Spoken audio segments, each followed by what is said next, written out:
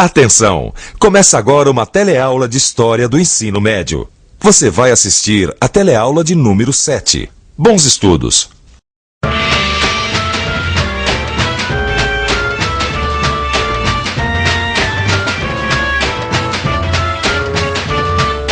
Você já foi ao teatro? Sim, já.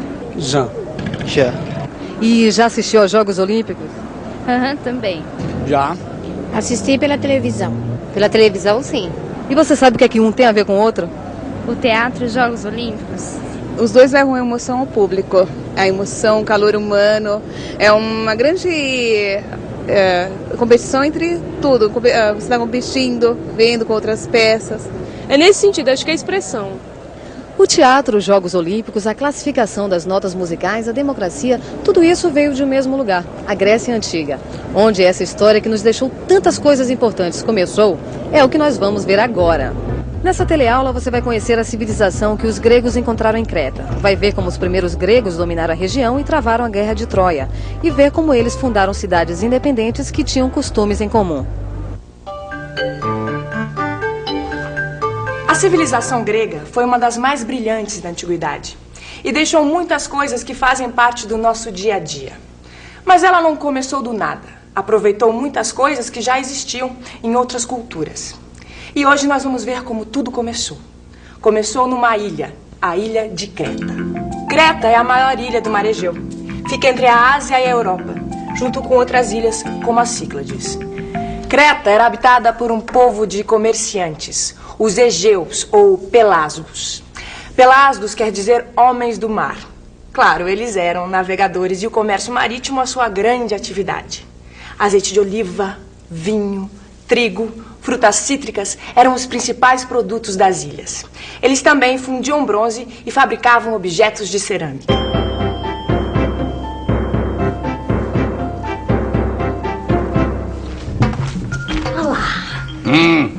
Chegou cedo, hein? Estou acabando de embalar a mercadoria que vamos embarcar hoje. É encomenda? Sim, para os mercados de Troia. Eu vim apenas desejar boa viagem e trocar de roupa. Vai cuidar de política no palácio. Não, hoje é a tarde dos esportes. Eu vou treinar para as provas de atletismo. E sua irmã vai junto? Não, sabe como é a vida de uma sacerdotisa? Ela tem obrigações no templo. Como era moderna essa vida dos egeus, hein? É. E como a mulher era emancipada, você viu? Não, ela participava da política, dos esportes. E você viu o que ela falou? Era a figura principal dos rituais religiosos. Olha, coisa difícil de se ver nas antigas civilizações, viu? É mesmo. Aliás, até Deus era mulher. Os cretenses adoravam a deusa mãe. E eles eram mesmo muito diferentes. As desigualdades sociais eram muito pequenas. Eles eram cultos e pacíficos. Tinham escrita. Os afrescos, as estátuas de terracota, ouro e mármore mostram que eles também eram grandes artistas. A civilização cretense foi uma das mais livres e progressistas do Oriente Próximo. Eles eram o que a gente poderia chamar de modernos, e parte da sua herança chegou até nós. Você acha a flauta um instrumento moderno? Ela é um instrumento moderno, apesar de ser um instrumento muito antigo. E você sabe quem inventou a flauta? Não sei quem inventou a flauta. Quem inventou a flauta foram os cretenses. Os cretenses gostavam tanto da dança e da música que inventaram a flauta e a cítara. Eles eram governados por um rei, conhecido pelo nome de Minos. Por isso, essa civilização também é chamada de minoica. O rei morava no Palácio de Knossos, o centro político dessa civilização. O Palácio de Knossos é prova do amor pelas artes e do desenvolvimento desta civilização. Era todo decorado com afrescos, tinha encanamentos e banheiros. Além dessas comodidades, o palácio tinha uma planta muito complexa, como um labirinto, o que ajudou a criar o mito do Minotauro. O Minotauro era metade touro, metade homem. Segundo a lenda, ele vivia dentro do labirinto e recebia jovens em sacrifício, até que foi morto pelo herói Teseu. O Minotauro era, na verdade, adorado pelos cretenses. Quem inventou a lenda de que ele recebia jovens em sacrifício e que foi morto por Teseu foram os gregos. Ué, Vicente, a troco do que os gregos iam se meter nessa história? Se meteram e aí a história foi outra, viu? Olha, o grego Teseu ter matado o Minotauro é uma história que representa o fim do poder dos cretenses e o começo do poder dos gregos. Estamos em 3000 antes de Cristo. Enquanto nos vales do Nilo e do Tigre-Eufrates desenvolvem-se civilizações como as do Egito e Mesopotâmia, os egeus começam a florescer. Criam um grande império comercial e marítimo, cujo centro é Creta, e que se estende pelas ilhas do Mar Egeu e pela costa, em Micenas, Tirinto e Troia.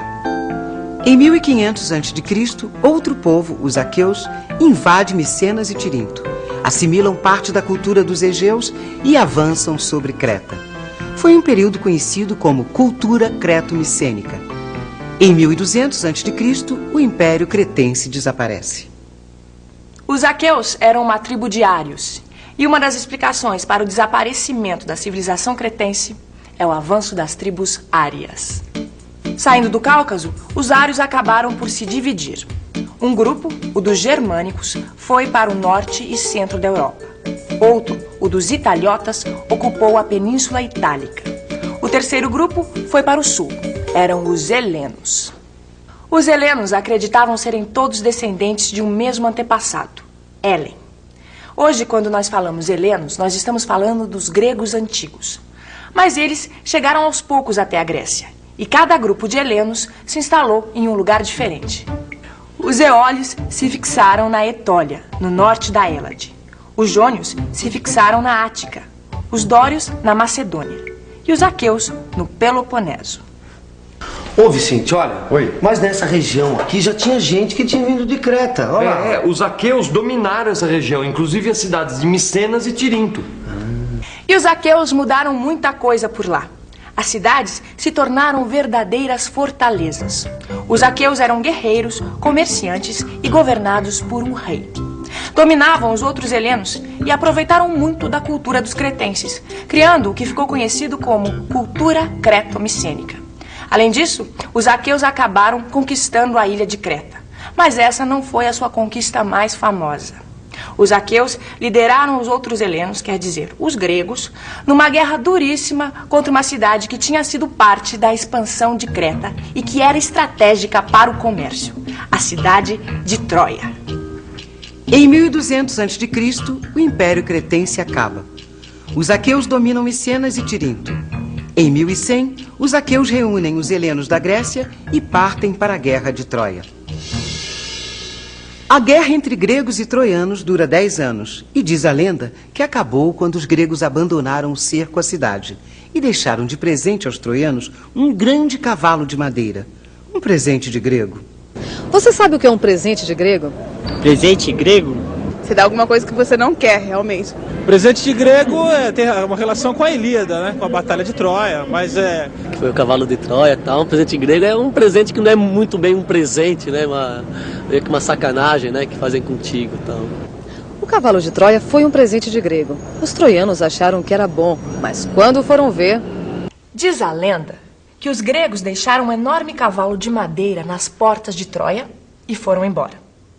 Os troianos acreditaram que tinham ganho a guerra, colocaram o cavalo para dentro da cidade e fizeram uma grande festa. Quando todo mundo já estava bêbado ou dormindo, saíram os gregos de dentro do cavalo e conquistaram Troia. Você tá brincando, Vicente? Verdade. Quer dizer que o cavalo que os gregos deixaram de presente era uma armadilha? Uma armadilha, tava cheio de grego dentro. Que história, hein, rapaz? História, aliás, muito bem contada por esse aí, ó, Homero, um lendário poeta grego que escreveu a história da Guerra de Troia. A Guerra de Troia foi contada de maneira grandiosa, combinando poesia, mitos e lendas num grande poema atribuído a um poeta cego chamado Homero. Essa obra é a Ilíada. A sua continuação é a Odisseia, a história da volta do herói grego Ulisses à sua casa. Odisseu, ou Ulisses, era o rei de Ítaca, que havia se juntado aos gregos na guerra contra Troia. O líder dos gregos nessa guerra foi o rei de Micenas, o aqueu Agamenon. Durante séculos nós pensamos que a Ilíada e a Odisseia eram pura ficção de um poeta genial. Até que no século XIX, alguém resolveu acreditar no poeta e descobriu as ruínas de Troia. Precisa ver para acreditar. Troia fica no que hoje é território da Turquia e foi tantas vezes destruída que existem ruínas de várias cidades, cada uma construída sobre a anterior. A gente olha e fica lembrando de todos aqueles heróis gregos e troianos lutando com a ajuda dos deuses, como Homero contou. Troia foi completamente destruída pelos gregos, mas Micenas, que liderou os gregos na guerra, não pôde cantar vitória por muito tempo, pois chegavam os dórios. Os dórios aproveitaram para avançar no Peloponeso quando os outros helenos estavam enfraquecidos pela guerra de Troia. Arrasaram Micenas, Tirinto e Creta. Esse avanço dos dórios é o começo do período da história grega chamado de heróico. E como é que eles conseguiram, Vicente? Ah, sabe o que é? É que eles tinham uma coisa que os outros não tinham. Olha lá, armas de ferro. Mas peraí, que fim levou o povo aqueu? Vamos pegar aquela jangada que está vindo e vamos fugir. Quanto mais rápido, melhor. Eu não quero virar escrava dos dórios como os aqueus. Viu só?